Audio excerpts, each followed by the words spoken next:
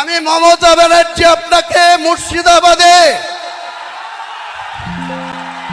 2011-তে একটা পেয়েছিলেন, আর 2004-এ আমাকে প্রার্থী না দিয়ে শুভেন্দুর কথাই 22টা প্রার্থী দিয়ে 4টে জিতেছিলেন।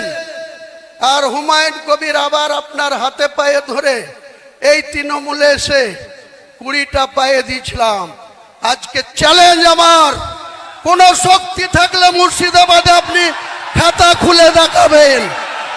মুর্শিদাবাদে 22টা সিটে আপনি খাতা খুলবেন। 2 বিজেপি আছে, বিজেপি হয়তো 2-1টা সিট বাড়িয়ে নিতে পারে। তাদের যা কৌশল, তাদের যা অর্থবল, তাদের যা কৌশল অবলম্বন করে চলছে। কিন্তু আমি চ্যালেঞ্জ করছি, আমি বেঁচে থাকলে মমতা বন্দ্যোপাধ্যায় জোড়া ফুলের 0 করব, 0 করব, 0 করব।